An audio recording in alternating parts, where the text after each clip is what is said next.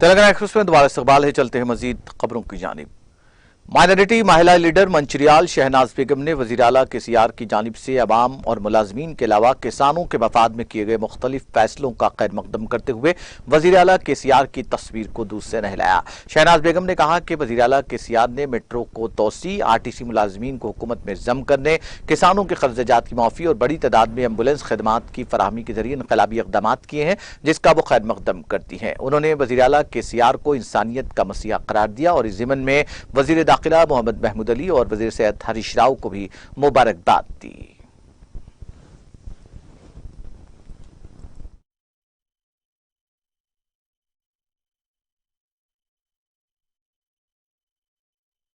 जय तेलंगाना, जय बीआरएस।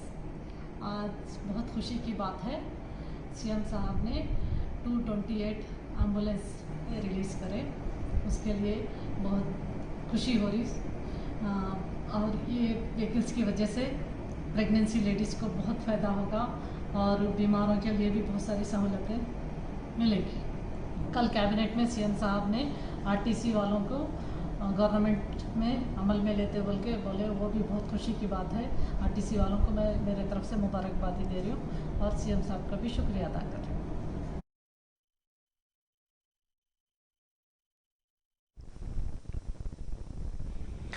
तेलंगाना रियासत में केसीआर हुकूमत की जानिब से ज़राई कर्जों को माफ करने के ऐलान से फिरते मसरत से झूम उठने वाले मुकामी किसानों ने आज सदर रियासती जंगलात बोर्ड वी प्रताप रेड्डी की क़यादत में चीफ मिनिस्टर के चंद्रशेखर राव की तस्वीर को दूर से नहलाकर अपनी खुशी और मसरत का इजहार किया और इजहार तशक्कुर किया।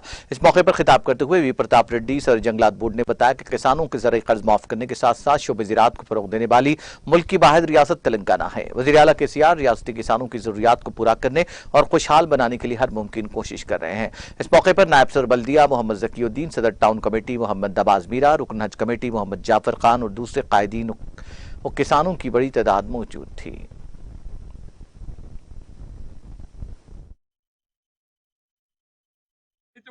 పైలో చేయాల్సిన అవసరం లేదు. ఏ రైతు కూడా యూరియా కానీ, డిఏపి కానీ, విత్తనాలు కానీ, కరెంటు కానీ, రైతు పండించిన పంటలు కానీ, కల్తీ లేని విత్తనాలు కానీ ఇస్తున్నటువంటి ఏకైక ప్రభుత్వం గౌరవ ముఖ్యమంత్రి కేసీఆర్ గారి ప్రభుత్వం. ఇది రైతు ప్రభుత్వం, భారతదేశానికి మోడల్గా వెళ్లే ప్రభుత్వం, భారతదేశంలో ఉండే రైతాంగానికి గౌరవ ముఖ్యమంత్రి గారి యొక్క ఆదర్శం కావాలి. భారతదేశంలో ఉన్నటువంటి నదులు కూడా అన్ని అనుసంధానం కావాలి. గోదావరి, కృష్ణ అనుసంధానం కావాలి. ఇలా తెలంగాణ రాష్ట్రంలో మేడిగడ్డ, సుందిల్లా, అన్నారం, అనంతగిరిపల్లి, రంగనాయకుల సాగర్, తోటపల్లి, మల్లన్న సాగర్, కొండపోచమ్మ సాగర్, బస్వాపూర్, కేశవాపూర్, సంగమేశ్వరం అన్ని రిజర్వాయర్లు పూర్తి చేసుకొని ఇలా రిజర్వాయర్లలో కూడా నింపి పెట్టుకున్నాం వాటర్.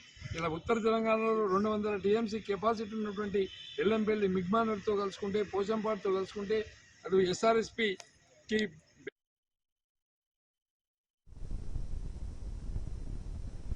तेलंगाना रियासत को सरसब्ज शादाब बनाने की गर्ज से शुरू करदा हरितारम प्रोग्राम के तहत जनगांव हल्के में शामिल चेरियाल म्यूनसिपल काउंसिल के बल्दी हुदूद में सदर बल्दिया एसर उपरानी, नायब सदर निमा राजीव कुमार रेड्डी, कमिश्नर बल्दिया राजेंद्र कुमार की जानिब से मुकामी शहरियों को शजरकारी की तरफ राग़िब करने के लिए घर घर पौधे तकसीम किए गए। उन्होंने अवाम पर अपने मकानात की हुदूद में पौधे लगाने और उनकी बेहतर निगहदाश्त और नशोनुमा के लिए दिलचस्पी लेने का मशवरा दिया। उन्होंने कहा कि चेरियाल टाउन को फजाई आलूदगी से पाक बनाने के लिए हर शहरी को अपना किरदार अदा करना होगा। काउंसलर ए नरेंद्र, सतीश लिंगम चिंटी, मैनेजर प्रभाकर और दूसरे इस मौके पर मौजूद थे।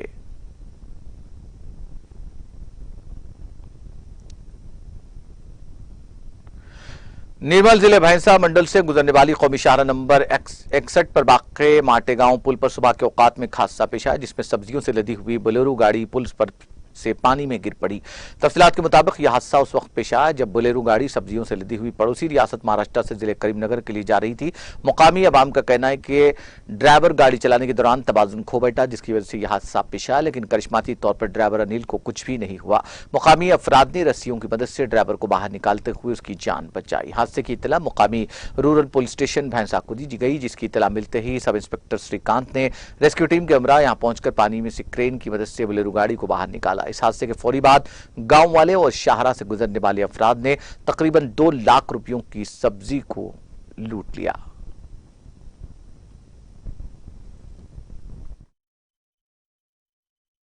अपना इधर भैंसा से आ रहे थे। महाराष्ट्र से आ रहे थे। हाँ, महाराष्ट्र से आ रहे थे। इधर से ये गाड़ी वाले ने कट मारा तो लेफ्ट में थोड़ा गाड़ी मारा, फिर राइट में मारा पूरे ये खड्डे में है ना, वो खड्डे में ऐसा गाड़ी उठ गया तो सड़क पे ऐसा पुल को ये करके वो अंदर गया नीचे। कैसा बाहर आया? मैं गाड़ी के ऊपर, गाड़ी नीचे, मैं ऊपर आया था। हाँ, नहीं तैरने नहीं आता मेरे को। गाड़ी ये पूरा गाड़ी के ऊपर में खड़ा। कौन निकाले बाद में? पकड़ के निकले ने तो तीर क्या है? नहीं वैसे गाड़ी में था ना, मैं वो पकड़ के रखा था।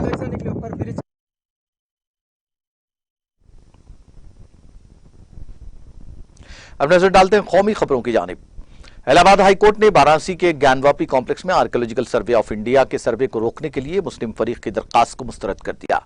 चीफ जस्टिस प्रीतंकर दिवाकर ने जुमेरात को अंजुमन मस्जिद कमेटी की अर्जी को मुस्तरद करते हुए अपने हुक्म में कहा कि सर्वे पर रोक खत्म की जाती है। एएसआई सर्वे के हवाले से एएसआई की जानिब से दिए गए हलफनामे के बारे में अदालत ने कहा कि इस हलफनामे को मानने की कोई बुनियाद नहीं है। हलफनामे में एएसआई ने कहा था कि उनके सर्वे से ज्ञानव्यापी कैंपस में 1 इंच का भी नुकसान नहीं होगा। हाईकोर्ट ने वाराणसी की निचली अदालत के सर्वे को दुरुस्त मानने के हुक्म को भी कबूल किया है। हाईकोर्ट के हुक्म के बाद एएसआई के सर्वे का रास्ता साफ हो गया। एएसआई ने अपने बयान में कहा था कि अहाते की खुदाई का इसका कोई इरादा नहीं है। वाज़ेह रहे कि वाराणसी के जिला जज ने 21 जुलाई को ज्ञानवापी कैंपस में एएसआई के सर्वे को मंजूरी दी थी, जिसके बाद मुस्लिम फरीक ने इलाहाबाद हाईकोर्ट में दरखास्त दायर की थी, जिसमें डिस्ट्रिक्ट जज के फैसले को चैलेंज किया गया था, जिसमें उस पर रोक लगाने का मुतालबा किया गया था। फरीकैन के दलाइल सुनने के बाद हाईकोर्ट ने 27 जुलाई को फैसला महफूज कर लिया था। मुस्लिम फरीक ने कहा था कि सर्वे से ढांचे को नुकसान पहुंचेगा, जिसके बाद एएसआई की जानिब से हलफनामा दाखिल किया गया, जिसमें कहा गया कि सर्वे से कोई नुकसान नहीं होगा, जिसके बाद इलाहाबाद हाईकोर्ट ने अपना फैसला सुनाया। अदालत के फैसले के बाद ज्ञानवापी कैंपस का एएसआई सर्वे किसी भी वक्त शुरू किया जा सकता है। हिंदू फरीक के वकील के मुताबिक अदालत ने तस्लीम किया है कि सर्वे किसी भी मरहले पर शुरू किया जा सकता है। किया जाए। साथ ही साथ उन्होंने कहा कि जब एएसआई ने एफिडेविट दिया है तो कोई मतलब नहीं है उसको डाउट करने का, और जो एएसआई ने एफिडेविट दिया उसके कंप्लायंस में ये पूरा सर्वे किया जाए। डिस्ट्रिक्ट कोर्ट का फैसला तत्काल प्रभाव से प्रभावी हो चुका है, ये भी आदेश में हुआ, और सिविल सूट जल्दी से जल्दी डिसाइड किया जाए, इसमें कोई एडजमेंट ना हो, ये भी कोर्ट ने आदेश पारित किया। कोई समय सीमा रखी है कितने दिन में एएसआई को सर्वे करना है? कोई समय सीमा नहीं किया है। आज से डिस्ट्रिक्ट कोर्ट का ऑर्डर प्रभावी होगा। कोई विशेष टिप्पणी हाईकोर्ट ने की जो आपने विशेष टिप्पणी करी जो हाईकोर्ट ने ये कहा कि जितने हमने केस लॉ दिखाए थे, लीगल पोजीशन यही है कि एएसआई सर्वे किसी भी स्टेज पे हो सकता है, और जैसे कि आज मुस्लिम पक्ष का बराबर आर्गुमेंट था कि एएसआई सर्वे स्टेज पे नहीं हो सकता है, उस आर्गुमेंट को भी कोर्ट ने खारिज किया, और हमारे जितने तर्क थे, कंटेंशंस थे, सारे आर्गुमेंट्स को कोर्ट ने इन टोटो माना है और कहा एएसआई सर्वे से किसी को कोई नुकसान नहीं होने वाला। किस क्षण से शुरू हो जाएगा? आज से शुरू हो सकता है, क्योंकि आज से ही डिस्ट्रिक्ट कोर्ट का ऑर्डर प्रभावी है। देखिए, एएसआई ने अपने एफिडेविट में क्लियर किया है कि जो खुदाई की बात है वो आउटर एरिया में स्ट्रक्चर के अंदर खुदाई की कोई बात नहीं है, और अगर वो खुदाई करेंगे भी तो कोर्ट से परमिशन लेके करेंगे।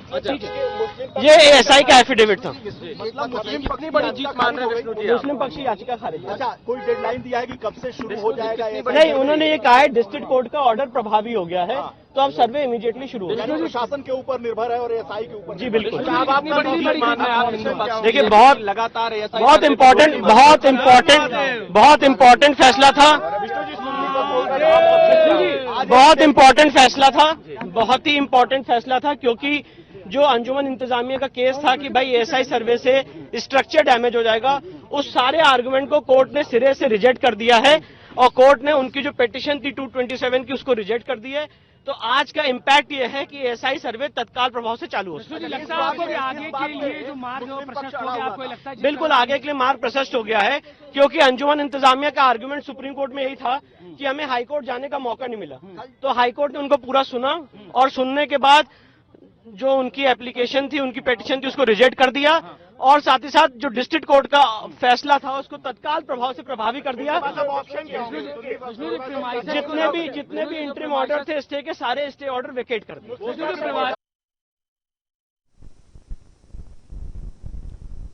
राज्यसभा में कायदा 267 के तहत मणिपुर तशद्दुद पर बहस का मुतालबा करते हुए कांग्रेस की क़यादत में तमाम अपोजिशन ने जुमेरात को वक्फे सिफर के दौरान ऐवान से वॉकआउट किया। चेयरमैन जगदीप धनखड़ ने सुबह की ऐवान की कार्रवाई शुरू करते हुए भारतीय जनता पार्टी के डॉक्टर अनिल सुखदेव राव भोंडे को उनकी सालगिरह पर मुबारकबाद दी। इसके बाद उन्होंने जरूरी कागजात ऐवान की मेज पर रखे। ऐवान की कार्रवाई को आगे बढ़ाते हुए धनखड़ ने कहा कि उन्हें कायदा 267 के तहत 39 नोटिस मौसूल हुए हैं। उनमें से 37 नोटिस मणिपुर तशद्दुद से मुताल्लिक है, जबकि एक नोटिस मणिपुर और हरियाणा में तशद्दुद से मुताल्लिक है। एक नोटिस मुंतखब गवर्निंग बॉडीज में ख़वातीन को रिजर्वेशन देने से मुताल्लिक है। उन्होंने कहा कि हुकूमत मणिपुर तशद्दुद पर बहस के लिए तैयार है, इसलिए उन्हें मुस्तरद किया जाता है। दीगर नोटिस भी इल्तजामात के मुताबिक न होने की वजह से मुस्तरद कर दिए गए। इस पर तृणमूल कांग्रेस के डेरिक ओब्रायन ने कहा कि मणिपुर पर बहस बहुत जरूरी है, मुल्क इस पर ऐवान को सुनना चाहता है, ऐवान में तात्तुल को दूर किया जाए। डीएमके के रुचि शिवा ने उनकी हिमायत की। कायदे ऐवान पीयूष गोयल ने कहा ब्रायन की इस तजवीज का खैर मकदम करते हैं और बहस के लिए तैयार हैं। हुकूमत इस मामले पर पूरी तरह मुतहरिक है और ऐवान को पूरी कौम को अमन और हमआहंगी का पैगाम देना चाहिए। इसके बाद अपोजिशन लीडर ने मल्लिकार्जुन खड़गे ने कहा कि कायदा 267 बेकार का मसला बन गया है, हुकूमत को कायदा 267 के तहत फौरी बहस करानी चाहिए। उन्होंने कहा कि चेयरमैन वजीर आजम का मुसलसल दिफा कर रहे हैं। उन्होंने तजवीज पेश की कि ऐवान की कार्रवाई आज 1 बजे तक मुलतवी कर दी जाए और मणिपुर पर बहस का मसला हल किया जाए।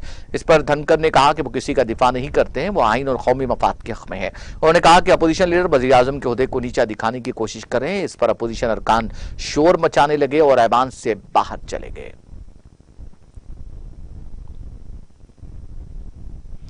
अपोजिशन के हंगामे की वजह से जुमेरात को लोकसभा में वक्फे सवालात नहीं हो सका और ऐवान की कार्रवाई मुलतवी कर दी गई। जैसे ही ऐवान सुबह 11 बजे शुरू हुआ, कांग्रेस लीडर उदित रंजन चौधरी ने प्रिजाइडिंग ऑफिसर राजेंद्र अग्रवाल को बताया कि तमाम मेंबरान लोकसभा स्पीकर ओम बिरला को पोडियम पर देखना चाहते हैं। उन्होंने कहा कि हम लोगों के जो भी मसाइल होंगे उन्हें सुलझा लेंगे। हम सब स्पीकर को सीट पर देखना चाहते हैं। आप हमारे जज्बात और दरखास्तें स्पीकर तक पहुंचाएं और उन्हें बुलाइए। इस पर अग्रवाल ने कहा आपके जज्बात को स्पीकर तक पहुंचा दिया जाएगा। इसके बाद वक्फे सवाल शुरू करते हुए अग्रवाल ने सवाल पूछने के लिए अरकान का नाम पुकारा। इसके बाद अपोजिशन अरकान हाथों में प्ले कार्ड्स लेकर ऐवान के वस्त में पहुंच गए और शोर मचाना शुरू कर दिया। उन्होंने नारे लगाए और हंगामा करने लगे। मणिपुर पर बहस करने और वजीर आजम नरेंद्र मोदी से ऐवान में आने की मांग करते हुए नाराबाजी और हंगामाराई करने लगे। इस दौरान मकानात और शहरी उमूर के वजीर हरदीप पुरी और जल शक्ति के वजीर गजेंद्र शेखावत ने एक मेंबर के सवाल का जवाब दिया, लेकिन हंगामाराई की वजह से उनके पूरे जवाब वाज़ेह तौर पर सुनाई नहीं दिए। अग्रवाल ने शोर मचाने वाली अपोजिशन पार्टियों के अरकान से अपील की कि वो अपनी अपनी नशिस्तों पर जाएं और वक्फे सवालात को हमवार तरीके से चलने दें, लेकिन उन पर इसका कोई असर नहीं हुआ। हंगामा और नारेबाजी थमते न देखकर प्रिजाइडिंग ऑफिसर अग्रवाल ने ऐवान की कार्रवाई मुलतवी कर दी। वाज़ेह है कि 20 जुलाई को शुरू होने वाले मानसून सेशन के आगाज से ही अपोजिशन जमातों के अरकान मणिपुर के मामले पर बहस का मुतालबा करते हुए हंगामाराई और शोरगुल कर रहे हैं। मोदी से ऐवान में आकर बयान देने का मुतालबा कर रहे हैं। इसकी वजह से किसी भी दिन वक्फे सवालात का इनेकाद खुश असलूबी से मुमकिन नहीं हो सका।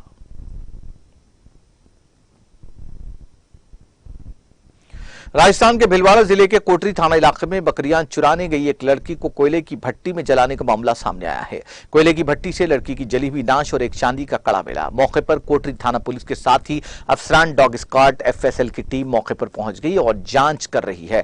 पुलिस ने कहा कि कोयला भट्टी पर काम करने वाले कुछ लोगों से पूछताछ करके मामले की जांच की जा रही है। इस वाकये के सामने आने के बाद साबिक वजीर और बीजेपी लीडर कालूलाल गुज्जर, नायब जिला सदर शंकर गुज्जर और दीगर लोग मौके वारदात पर पहुंचे। कालूलाल गुज्जर ने मुतालबा किया कि लड़की के लवाकिन को 50 लाख का मुआवजा दिया जाए, कातिलों को फांसी मिले और पूरे पुलिस थाने को मुअत्तल किया जाए। उन्होंने इल्जाम लगाते हुए कहा कि जब रात देर तक लड़की नहीं मिली तो घर वाले रिपोर्ट दर्ज कराने पुलिस स्टेशन गए, लेकिन उन्हें एक बार टाल दिया गया। कोटरी के डीएसपी श्याम सुंदर बिश्नोई और थाना इंचार्ज खेवराज सगरजर के मुताबिक कोटरी थाना सर्कल की ये लड़की मामूल के मुताबिक सुबह 8-9 बजे घर से बकरियां चराने के लिए जंगल में गई थी और रोजाना 2:30 बजे तक बकरियां लेकर घर लौट आती है, लेकिन चारशंबे को दोपहर को बकरियां तो घर आ गईं, लेकिन लड़की वापस नहीं आई। इस पर इसके लवाकिन ने लड़की के रिश्तेदार समेत हर जगह तलाश शुरू कर दी, लेकिन वो कहीं नहीं मिल सकी। इसके बाद तलाश करते हुए वो नरसिंहपुरा के जंगल की तरफ गए, जहां कोयले की 4-5 भट्टियों में से एक भट्टी जलती हुई मिली। इसकी वजह से घर वालों को एक ही भट्टी जलने और बदबू आने पर शक हुआ। इस पर जलती हुई भट्टी की राख की तलाशी ली गई तो इसमें चांदी का एक कड़ा मिला, जिससे लड़की की शनाख्त हो गई। भट्टी में लड़की की नाश के जले हुए बाकियात मिले हैं। देर रात गांव वाले मौके पर जमा हुए और बाद में इत्तला मिलते ही पुलिस मौके पर पहुंची। पुलिस ने भट्टी की आग को बुझाकर भट्टी समेत आसपास की जगह को महफूज बनाते हुए आला अफसरान को हालात से वाकिफ करवाया और इसके बाद एएसपी शाहपुरा कश्मीरी लाल, डीएसपी कोटरी श्याम सुंदर बिश्नोई मौके पर पहुंच गए।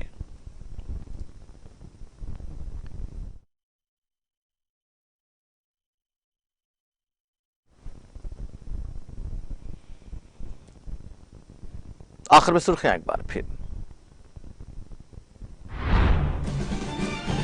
तेलंगाना असेंबली के मानसून इजलास का आगाज, ऐवान ने सायन्ना को पेश किया पुरस्सर खराज। वजीर आला बुजरा और अरकान ने सायन्ना की देरीना रिफाकतों को किया याद। 4 दहाइयों पर मबनी अवामी जिंदगी को पेश किया खराज।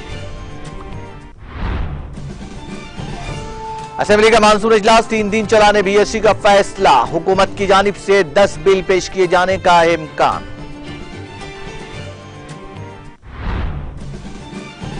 वजीर आला केसीआर के इनकलाबी ऐलान से अपोजिशन को लगा जबरदस्त धक्का। वजीर हरीश राव ने कहा, अपोजिशन आवाज उठाने से हुई है महरूम। किसानों की बहबूद में तेलंगाना के 9 साल मुल्क की तारीख का सुनहरी बाब। केटीआर ने कहा, जय किसान सिर्फ एक नारा नहीं, हुकूमत की पॉलिसी है।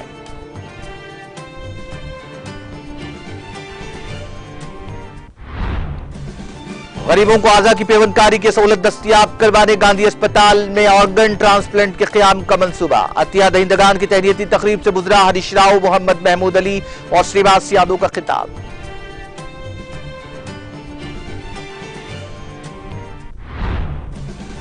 ज्ञानवापी में एएसआई के सर्वे को रोकने की अर्जी हाईकोर्ट में खारिज। एएसआई के हलफनामे को मानने से भी किया गया इनकार।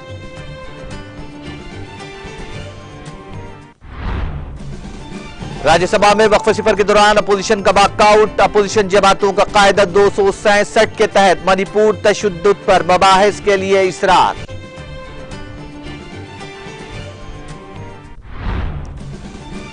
और अपोजिशन के हंगामे के बायस लोकसभा की कार्रवाई मुलतवी। स्पीकर लोकसभा को कुर्सी सदारत संभालने पर मुसलसल इसरार से ऐवान में शोरगुल।